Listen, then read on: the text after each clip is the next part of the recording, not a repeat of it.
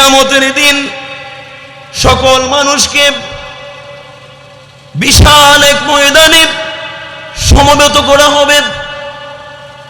সেদিন সূর্য খুব কাছাকাছি চলে আসবে, নিকটতম হবে। মানুষ অসহনীয় দুঃখ কষ্টের মধ্যে মানুষ নিপতিত থাকবে। এই সময় তারা সকলে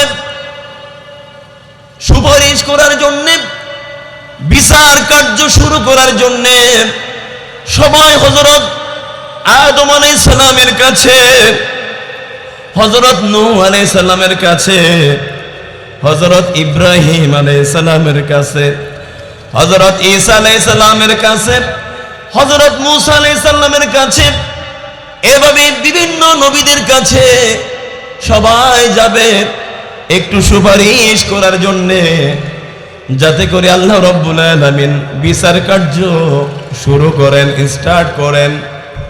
কিন্তু সবাই, যতগুলো নবীর নাম বলেছি, সবাই অপারগতা প্রকাশ করবে, সবাই সুপারিশ করার জন্য আল্লাহর কাছে সাহস পাবে না।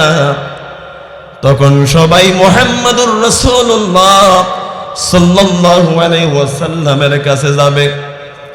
মুহাম্মদুর রাসূলুল্লাহ সাল্লাল্লাহু আলাইহি ওয়াসাল্লামের কাছে যখন যাবে, মুহাম্মদুর রাসূলুল্লাহ যখনই আল্লাহর কাছে বিচার কার্য শুরু করার জন্য অনুরোধ করবে, সুপারিশ করবে, তখনই মাত্র আল্লাহ রাব্বুল আলামিন বিচার কার্য শুরু করবে। বলে সুবহানাল্লাহ।